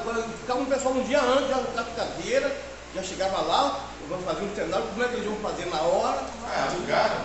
Eles davam dinheiro. Coisa feia, né? E tem pessoas que acreditam, eu fui lá, o cara levantou a cadeira, o cara não vai moleta fora. Infelizmente existe isso aí. Existe. Uma vez eu estava auxiliando o médico na cirurgia ambulatorial e o paciente estava conversando comigo, falando que isso aí estava acontecendo perto da casa dele. Infelizmente, né, irmãos? Existe o poder de Deus, existe a cura, existe o milagre, tá? Mas existe também o erro, o engano, o mentira. E a gente tem que ficar alerta nesses últimos dias, porque se a palavra do profeta se cumprir, foi Deus. Se ela não se cumprir, não foi Deus. Mas se foi programado e comprado, aí é um completo absurdo, né? Nem se leva em consideração. Pode falar. Pastor, eu estou mais de um ano numa luta com 2 olhos. Mais ou menos um mês, a pessoa me convidou a igreja dela e que eu fizesse um propósito com Deus. E lá a gente dá uma oferta, né? Eu não fui. Dá uma oferta que o pastor leva o nome para orar no monte. E que eu deveria fazer, né? Esse acordo com Deus para ele curar as vistas. E houve o caso de um menino que nasceu sem o globo, lá só aquele branco, e com a oração do pastor surgiu os olhos da criança. Eu pedi desculpa, uma pessoa que é muito querida também, uma pessoa muito amada por mim. E eu falei assim, eu creio que Deus vai me curar. Eu estou no processo de cura, porque o milagre foi ele abrir um hospital de grande porte para poder me tratar. Então, eu creio que ele vai me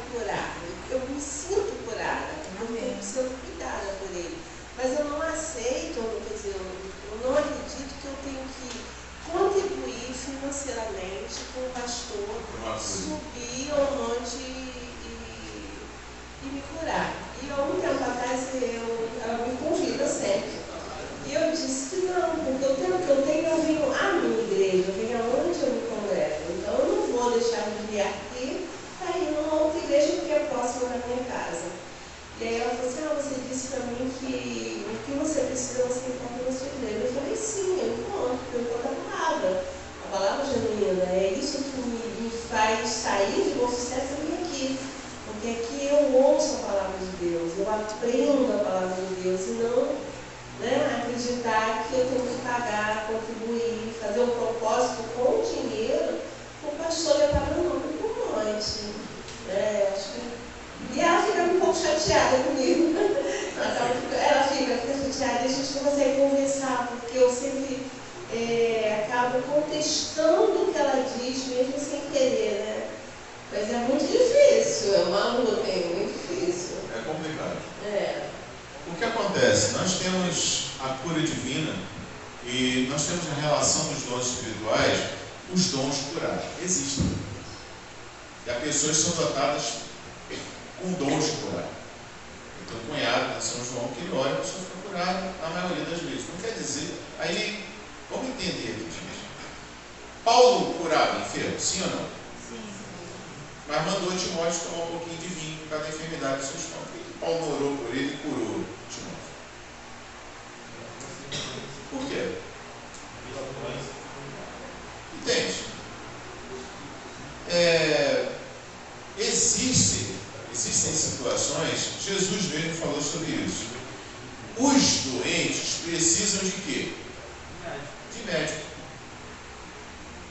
Então Deus é parte da graça, não da graça salvadora especial, mas da graça comum. O conhecimento médico é uma graça comum dada por Deus aos homens. Eles vão desenvolver a ciência, ela é uma graça comum de Deus. O que é o milagre?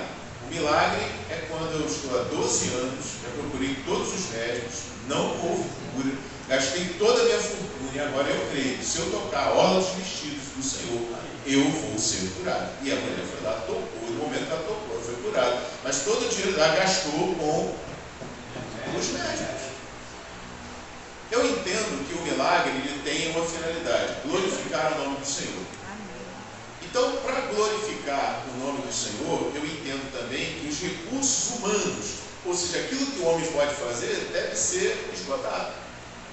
A partir do momento que o homem, a medicina desenganou, que a graça comum não operou, entra a fé e a graça especial do milagre. Quando uma pessoa é desenganada pelo médico, ela é curada, aí o nome do Senhor é glorificado, o milagre é constatado. E eu entendo que Deus queira glorificar o nome dele, sim. Jesus falou que o menino nasceu cego para a glória de Deus. E a gente não entende muitas vezes porque alguém nasce com doença. Mas Jesus falou, esse aqui nasceu no nome dele, do Senhor, do Pai, seja glorificado nele. E Jesus curou o cego de nascença, e ele viu, e todo mundo glorificou a Deus. Então, vamos entender uma coisa, o milagre não deve ser banalizado. A cada esquina tem um operador de milagre. Nós temos que tomar cuidado com isso. O milagre tem uma finalidade, não é glorificar a igreja, não é glorificar o pastor, mas glorificar ao nome do Senhor. Então eu não estou dizendo que Deus não vai curar, Deus cura. Mas eu não vejo Deus uma portinha aberta em cada esquina e Deus curando em cada esquina. Eu vejo que há propósito, deve haver propósito na cura, no milagre, para a vida específica daquela pessoa.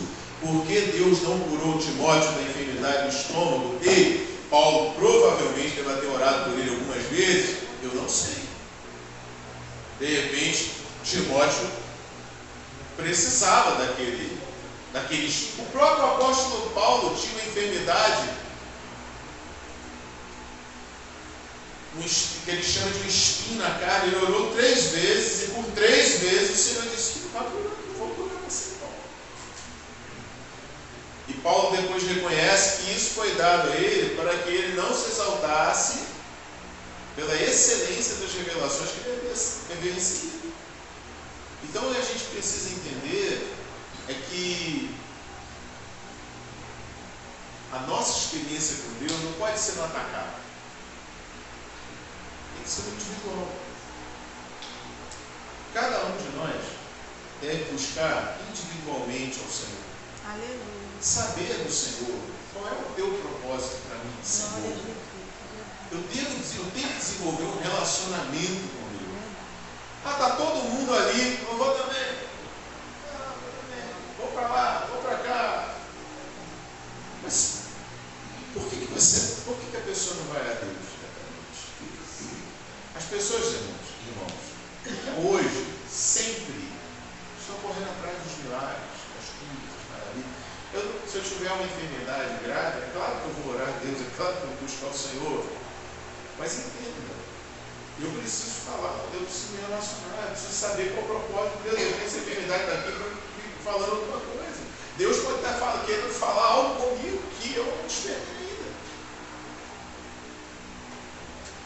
Pode ser para a glória de Deus, de repente eu vou passar por todos os médicos, vai resolver, vou operar, vou fazer todos os procedimentos médicos, não vai dar certo, e de repente, num determinado dia, o Senhor vai te curar depois de estar desenganado pelos médicos. Eu não sei o que Deus tem determinado para você. É para você, é individual. A gente não pode tratar o nosso relacionamento 100% como algo banal, superficial. Eu acho que a irmã é certo. Busca Deus. Clame a Deus. Ore. Qual é o propósito de Deus? Eu não sei. Mas o Senhor sabe. E há coisas que não é o pastor ou a igreja. É você e Deus. Entende? Nosso relacionamento com Deus. Há um monte de pessoas que fazem cirurgia, que passam por um tratamento medicamentoso e são curadas pela medicina.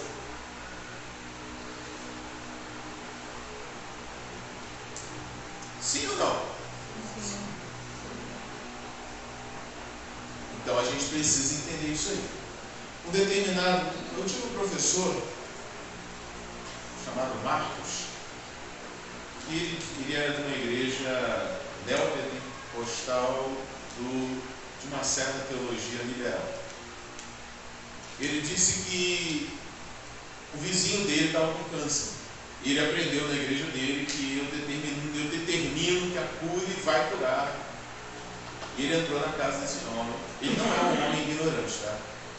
Ele é delegado de polícia, tem faculdade, está estudado, tem faculdade de direito, é teólogo, ministra aula. Ele foi lá e falou, mas no início da fé dele, ele aprendeu assim.